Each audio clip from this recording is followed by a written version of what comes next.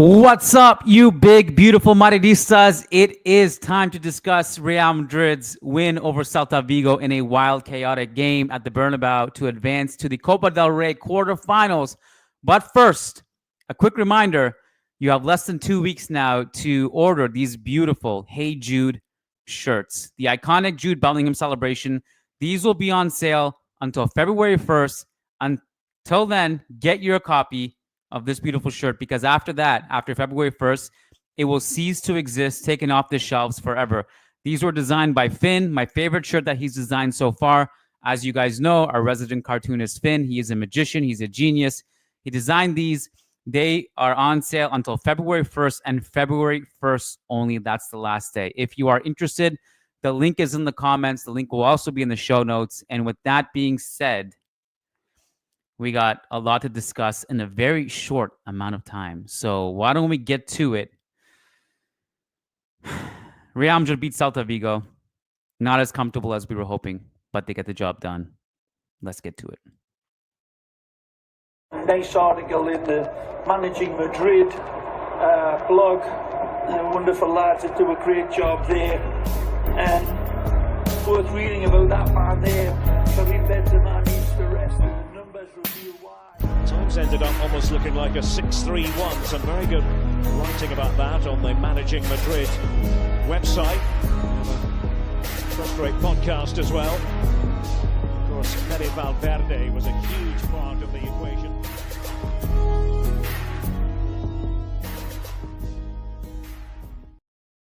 All right, welcome to the Managing Madrid podcast. Kiyan Sobhani here. I don't know, whatever, like 20 minutes or so after Real Madrid get the job done against Celta Vigo. Truth be told, this is all my fault. I take 100% responsibility and blame for this fiasco. I apologize.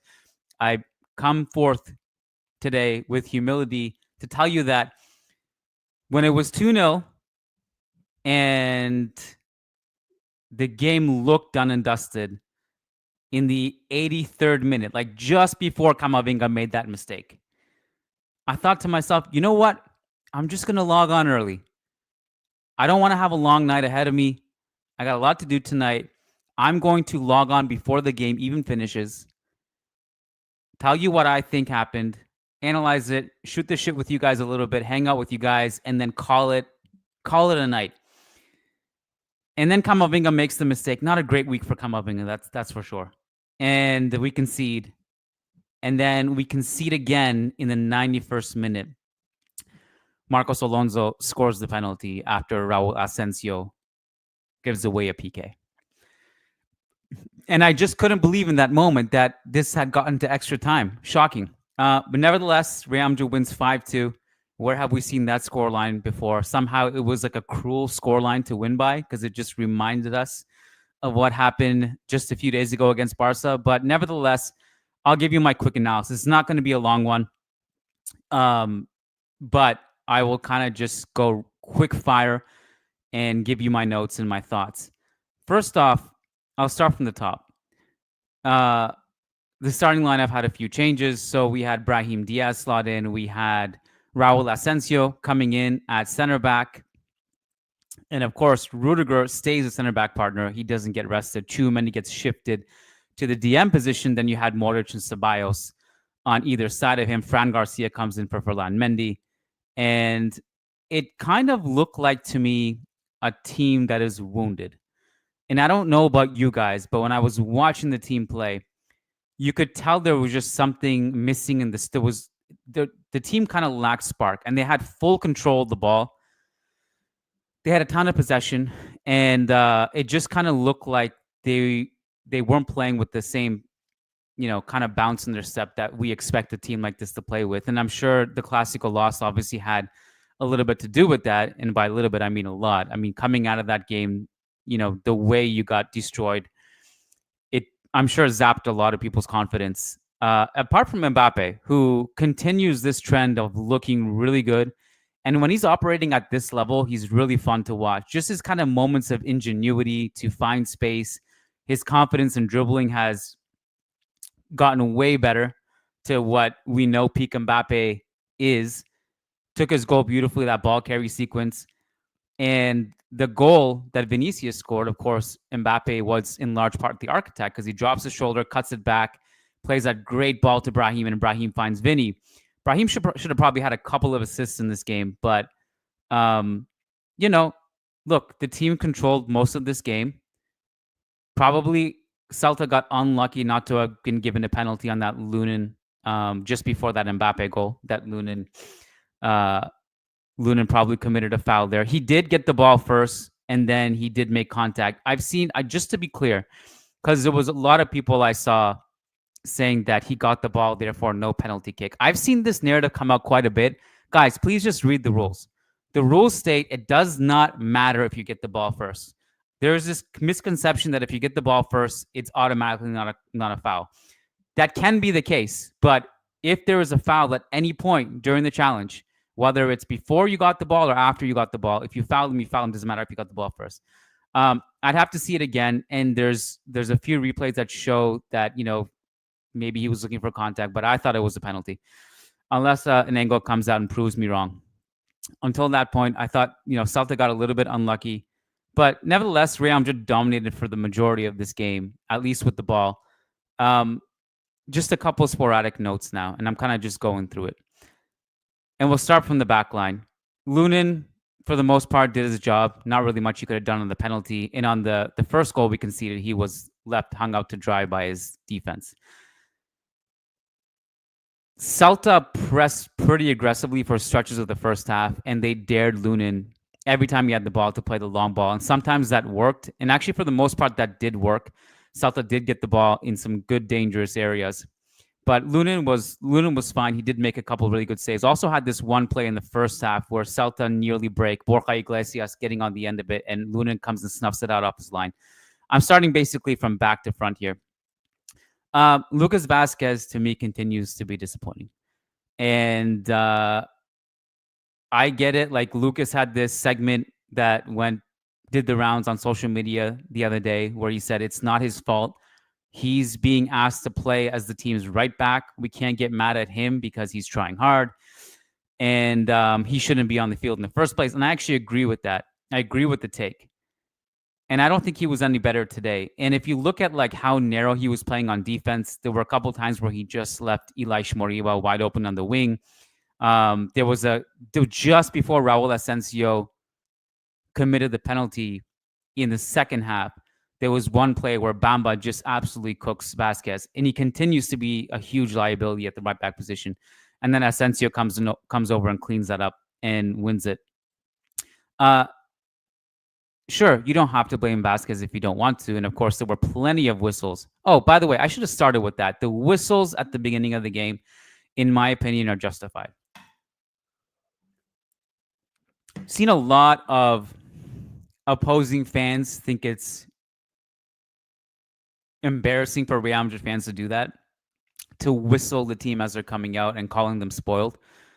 I don't think they truly understand the standards that are at the club right now. I think it's one thing if you're a club in transition and you've had so much success, because by definition, Real Madrid fans are the most spoiled fan base in the history of sports, not just football, sports. They are the most successful sports team ever.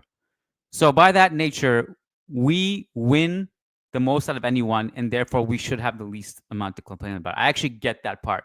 They're right about that Real Madrid fans are acting spoiled and they should be more grateful for what the team has given them. They're not wrong about that.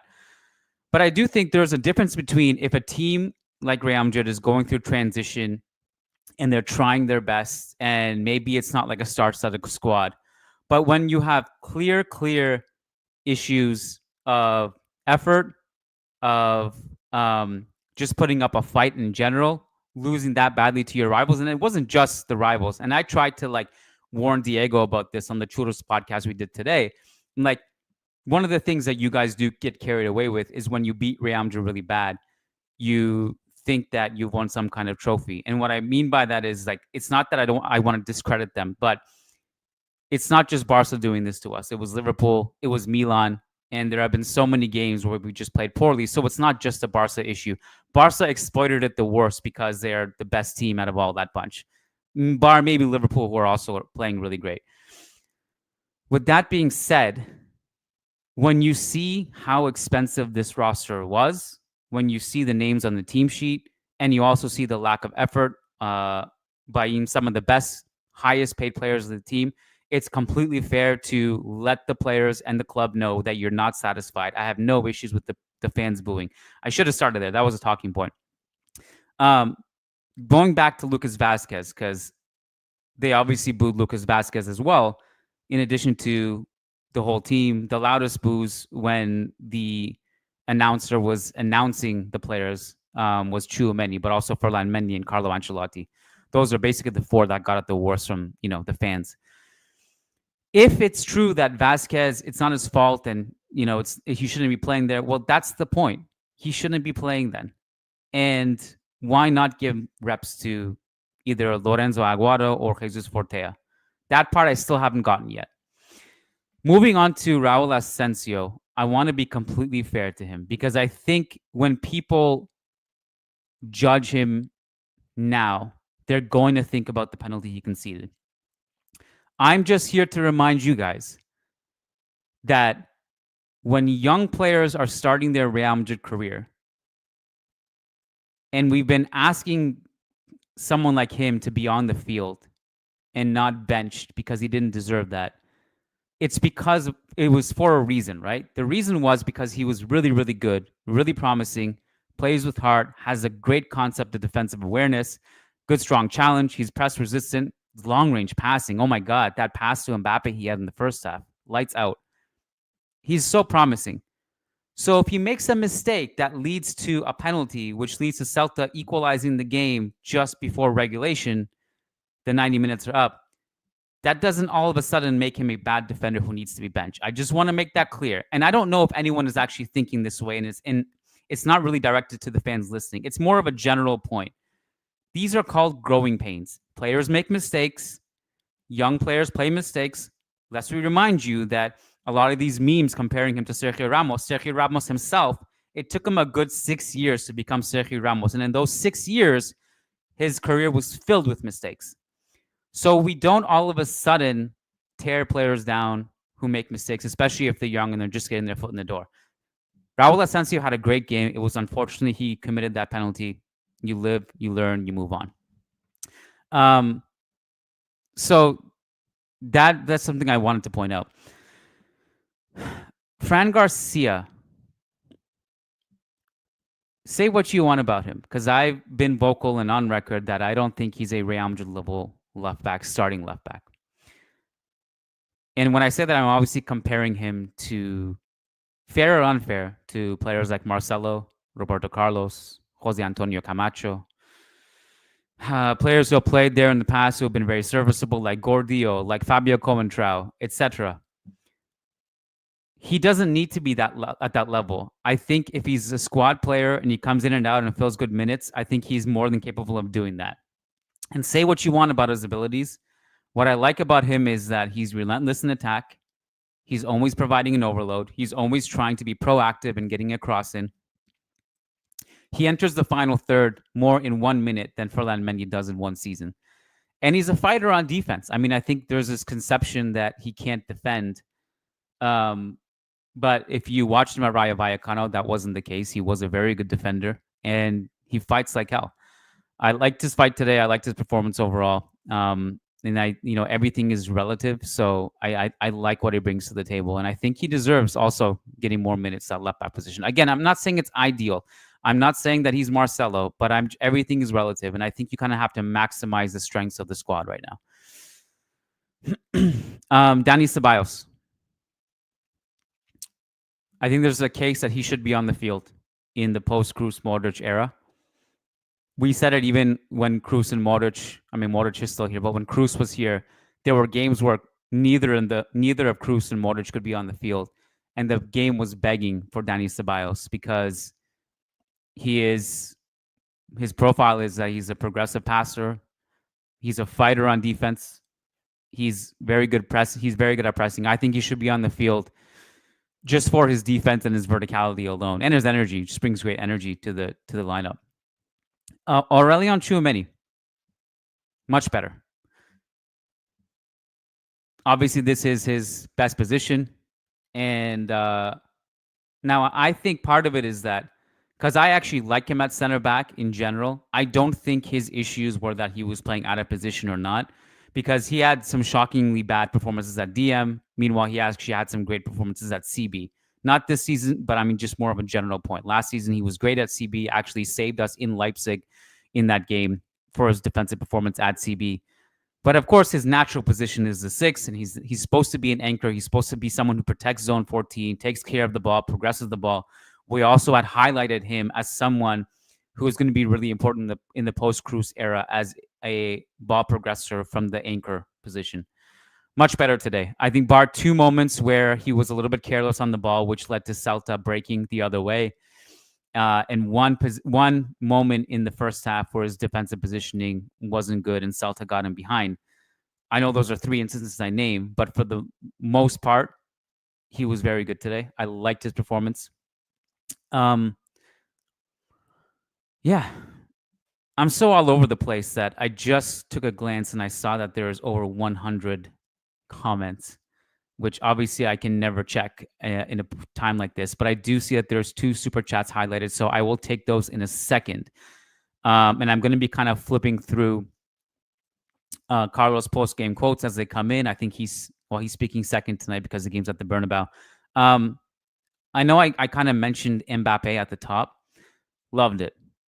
Just his confidence and he takes the ceiling of this team to another level if he plays like this. It's a game changer. Now, the problem is that it's kind of flipped. It's kind of reversed. Whereas, I think others were performing better to start the season and he was still finding his feet. And now he is the guy who you just basically have been relying on offensively in the last couple games. So you just need the rest of the team to follow suit because Vinicius is not playing at his best right now in the last few games. Today, he had moments that were much better. Obviously scored a goal and was a bit more involved. But Mbappe looks great. If everyone can just get on his wavelength, I think this team's offensive ceiling gets changed quite a bit. And I actually wrote about this. I don't know if you guys listening to the podcast, some of you guys may not be aware or just may not be tuning into the website, but we have our written side of things on managingmadrid.com has been incredible lately with so many people contributing some great tactical pieces. I wrote this piece, top 30 most fun players in Real Madrid history ranked. That's pinned on the homepage. And most recently, Matt wrote about the Clásico and some of his tactical observations. And I wrote this one here, 9 bad and good observations on Real Madrid's tactical chaos. And in there is a segment dedicated to Mbappe and Vinicius. And there are just still plenty of examples that they're not on the same wavelength. And I think for this team to really realize their full offensive potential, there just needs to be a bit more synergistic connections offensively. And it comes and goes. And sometimes these players are isolated and sometimes it requires more individual brilliance against the best teams. And obviously I'm referring to the game on the weekend against Barca. They were so isolated and so out of their depth in trying to find an outlet and being positionally aware of where they need to be, that part really needs to improve in the big games. And so, the fact that we beat Celta 5-2 and we struggled at the end, there was a meltdown and a breakdown that was, in my opinion, quite embarrassing to the fact that this even got into extra time. But you got the job done. You won 5-2. The next round, you could face any one of Osasuna, Barcelona, Real Sociedad, Atletico Madrid, and I'm not sure whoever else I'm missing. This team, in years past, Real Madrid, they actually played better against the big teams. This year, it's been the opposite. There's been just so many big teams that have exploited us. And so the synergy offensively needs to improve, especially when you start playing the big guns again. Take a couple super chats. Mr. Sushi says, Kylian, what are your thoughts on Alaba trying to come back at left back? Also thoughts on Ceballos' game. I think Danny has to start now. I love it. I had predicted that when we signed Mbappe, a lot of people were going to mix up our first names. And there you go. Kylian, what are your thoughts on Alaba trying to come back at left back? I think we talked about Ceballos enough, so I don't know what else to say there. On Alaba, I'm not entirely sure. I guess you're making more of a general point, I guess. Like when he comes back, should he play left back? This has been kind of an ongoing debate for the last few years. When he was healthy, should he be playing left back? Um, I don't think that this is a real conversation that Carlo is going to entertain, to be honest with you. I think one thing that Mendy and Alaba were good at when they were both at their peaks, I'm talking about like 2022, is that when Alaba would play left center back and Mendy would play left back, they were quite good at understanding each other. Like it was really, really seamless. Like sometimes Mendy would play as an inverted left back, and Alaba would shift to left back. One of them would go forward, the other one would cover. I think they actually work really well. So like when Mendy would play left back, Alaba would naturally go to left back within the game, within the flow of the game, and it would work really well. I also don't think Carlo is going to prioritize Alaba at left back. I also think Camavinga is probably ahead of Alaba in the left back pecking order. Mr. Sushi also says also thoughts on Mbappe and Vinny pressing today. The team's press, and I didn't talk about it today, was a little bit better. Do you guys remember that sequence where Borja Iglesias nearly has a breakaway? Lunin comes off his line. That actually was a sequence where we pressed, and Celta were so composed and so calm and baited our press and played through it and nearly got a breakaway. So obviously on occasions like that, not great. Other occasions, it was better, and our counter press remains better than our actual press. But one way or the other, Vinny worked harder on defensively today, but it was a very low bar from the Clásico, because the Clásico, we were going to lose that game regardless because so many players were making mistakes. Just look at his tracking on 2 of Barcelona's goals in the first half. He's just watching. And whether that's by Carlo's design, because he wants Vinny to be an outlet in transition and not defend much, but the bare minimum was putting some light pressure on the ball carriers in those situations. So it's a weird one. And this kind of goes back because there's something going on with Vinicius mentally behind the scenes, because by nature, Vinny is actually a very good presser. I mean, this started with the Solari days. Vinny worked so hard defensively on the left wing. And in subsequent years, when he stopped defending, it wasn't because he couldn't or because he was lazy. It was because there was a clear game plan to make sure he conserves his energy for offensive spurts. But then you look at the Clásico, and that wasn't the case. It was just a lot of it was laziness from him. Gold Fox says thoughts on Endrick tonight. I'm glad you asked. This is the point I've been waiting to get to. By the way, good stuff from Goulier too, off the bench. Endrick, an enigma, man. It's hard not to root for him because on some plays he looks so clumsy, so raw. There was that chance in extra time, I think it was, where Camavinga carries the ball up the field, finds Endrick in a good shooting position, and Endrick just one-touch field goal. It went to the sky. I'd be surprised if that just didn't straight up hit the roof, the ceiling, the closed roof in the Bernabeu. It went straight up. It was a horrible shot. On the other hand, he's such a fireball, man. The goal he scored was brilliant. The first goal and the second goal, I mean, yeah, Mehdi was making this joke on Twitter because it was very Cristiano Ronaldo-esque for those 2 sequences, because on the first goal he scores, it was a great finish. Then he takes his shirt off and celebrates. And then on the second goal, he does a backfield. I can't remember which team Cristiano Ronaldo did that against. Was it Rayo Vallecano? Can't remember exactly, but I love Endrick. Again, like people don't like the idea of rooting for players who work hard, because if the efficiency isn't there, the work hard, the stuff about working hard and showing heart mean little. But that stuff really matters to me. It means a lot to me. So like Fran Garcia gets criticized, and I've gotten criticized for praising Fran Garcia for being relentless. I love it. I honestly love when players do that. I just find it very easy to root for those players who work really hard, even if the efficiency isn't there. And obviously, in this case, Endrick scored 2 goals, so the efficiency wasn't there. But there were plays where it was just like, what are you doing, man? Just calm down. But I love it. I love the energy. I think it's easier to channel that energy than it is to ask someone to be more proactive and start putting their feet on opponents' throats. It's easier to dial it back than it is to ramp up. So that's why I love that kind of energy. And it kind of, this is a little bit like Vinny-esque, right? Vinny 2019 range. It was like, man, this guy is so fun to root for, even though he can't score to save his life, because he's just so proactive, so relentless, and you just know the rest would be coming good at some point. So I love it. I love it, Gold Fox. Back to Mr. Sushi. Also, any words on these new signings? Fati, the other CB, I forget his name, and so-called Spanish Modric. I don't know who you're referring to. Fati, I obviously know, but I don't know him enough to like know how good he is. I've never watched him play. I don't know. Honestly, I don't know. I'm not entirely sure who you're referring to with regards to Spanish Modric either. But I don't, yeah, and obviously there's nothing concrete right now as well. While I look up Carlo Ancelotti's post-game quotes, I'm going to give my thoughts on Brahim as well. I loved it.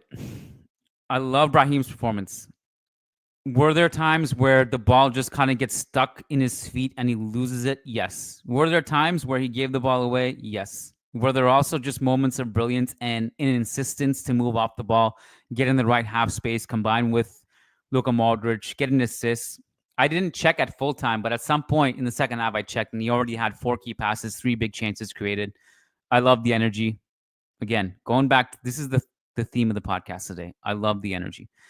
And it's funny, you look at where the energy came from. It's mostly coming from players who are hungry, who need minutes. Brahim, Fran Garcia, Endrick, again, fireball. So, yeah. All right, Endrick in the mix zone. He says, I don't speak with the manager. I don't speak much with the manager. The most important thing is for me to work. He knows I'm doing that every day. We got to keep working. I didn't expect more minutes. Carlo knows very well what he's doing. He's not going to do what's best for Endrick. He's doing what's best for the team. If the team needs Kylian, Vinny, and Rodrigo, they'll be there. If they need Arda, they'll be there. I love it. Very mature, calculated responses. Carlo may not have spoken yet because I only see the pitch side quotes from Endrick and Lucas Vasquez. Okay, so let me go back to my notes. Is there anything else?